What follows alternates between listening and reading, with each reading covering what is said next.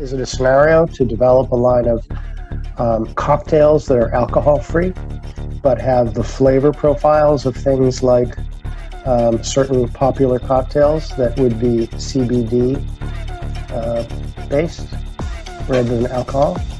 I mean, non-alcohol spirits are a huge category. You know, you can get gin, tequila, vermouth that don't have any alcohol, but have the flavor profiles of them. They're actually growing in popularity.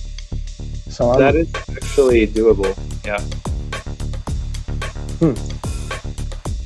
That's kind of an interesting scenario. Actually, an interesting though, but it's an interesting concept to talk about in terms of getting some of these, just thinking outside of the box for new product extensions. I think that's part of what I see happening in the industry is that people are also looking for new.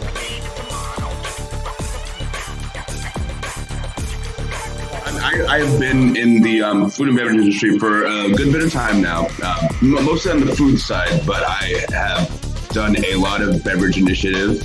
Right now, my current company, you know, when COVID hit, we used to be a corporate catering company. We did a lot of big businesses, a lot of startups, like meal service, like lunches, breakfast kind of stuff. Yes, basically, yes. In-house meal service, anything that they would like. And what I was doing was I was the regional culinary director. So I was in charge of the entire East Coast of operations for every company we had between Texas to Atlanta.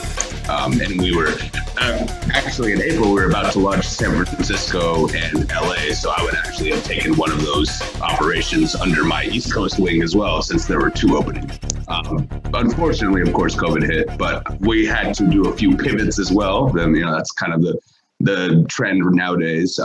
We pivoted a total of 5 times. The first 4 did not strike anything, but the 5th one we have recently developed has now been beginning to take off. Part of it is actually making some cocktail syrups to go into these client experience boxes. So what I've been doing lately is making all kinds of research and development on different products, and it's been heavily based on making like cocktail syrups to make drinks, because we want to pair food and beverage in every single one of these boxes. So I think at this point I've made a total of 10 different cocktail syrups. From November is when we pivoted to this. So it's kind of going into what you guys are doing. What you want to do is get everything together. You want people to know that if you get a package with you guys, you have something to handle your beverages, and you have somebody to kind of handle some pairing items that you need too. And a lot of these new places, a lot of these distilleries and breweries, they want to have like an add-on. Like you see Sweetwater just had their brand new add-on over there with the new like little gastro club that they have. And a lot of that is developing like the menus for that and kind of developing little tastings for that and all that kind of stuff. So I think that is where I can be very helpful for with you. I think that sounds like spot on. So you're still employed. Oh yeah, yes. Fortunately, we actually only on the digital side with these guys at this point. I assume they're not doing any in-store tastings or other big print marks. Yeah.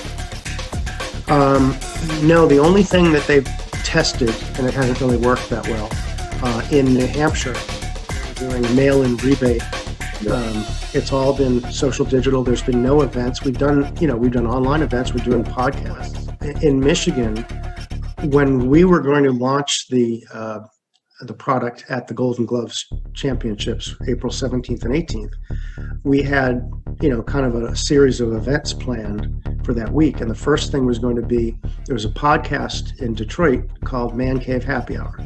And we were basically going to, that Tuesday edition of Man Cave Happy Hour was going to be, introducing Joe Louis Bourbon, and we were going to go and have a little VIP reception because the podcast studio was at a place called the Detroit Shipping Company, which is like a mixed use, food hall. but they have a glassed-in little studio there. And so the idea was we'll go there, we'll get the product placed at, because there's bars. It's April, whatever, 15th, 14th. Yeah. Jojo, his youngest son was coming. It was going to be, the owners. I was going to be there. We were going to have a couple bartenders from do a tasting.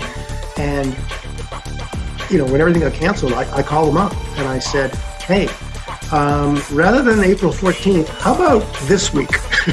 How about we do something this week to talk about Joe Louis, because we're going to do it all digital, and we'll kick it off on your show, and we'll let people know. And if you guys can get a few bartenders, we'll get some sample product to everybody.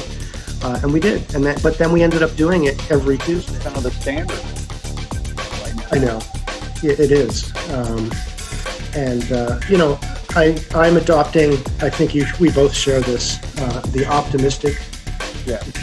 And you've seen what, kind of what we're going to talk about today. You've seen some of the thinking in terms of reinvigorating or redefining, really, what kind of help we can provide and how that turns into opportunities. The one thing that surprised me most this year is that, if you remember going back, I had launched the Bourbon Bond Fund. Right. January and closed the first one, and then had another one that was, I was going to do one every quarter, or 2, 3, 3 a year. And then when the pandemic hit, I had investors calling me because they were looking to get out of the market, saying, please, can we do a 2-year fund? And I was like, why would we do a 2-year fund? The return is going to go, but at least it's going to be a guaranteed return. And it's right. It's because of COVID. They want to get production capacity back to where it needs to be, and they're willing to do it. So I kind of went out and put it out there in December, and we're closing this week, tomorrow. $250,000 fund, and and I'm going to continue to keep them rolling.